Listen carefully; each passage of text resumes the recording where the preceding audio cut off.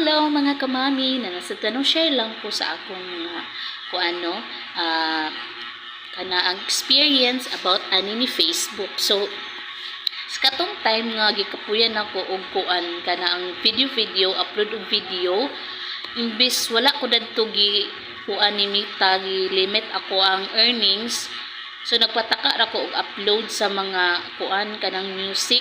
So dapat gidayno ato gid siyang ampingan ang atong ang atong account labi na og na monetize na ka, maka-earn na gid ka kay dili sayon ay paras nako kana ang limited akong earnings. So di ba sayang ibis sa una wala pa to nya kay lagi na walaan kong pag-asa kay gamay ra kay ko viewers, wala kay mag-like ngana.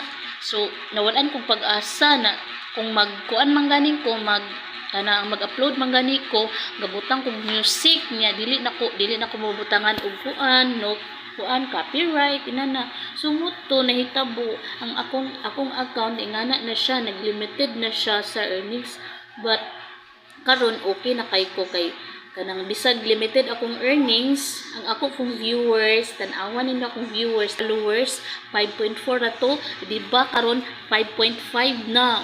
Di ba so laban na gid ka sa atong life, ayo mo surrender no, dapat di gid ta mo surrender no, mao na atong motto karon.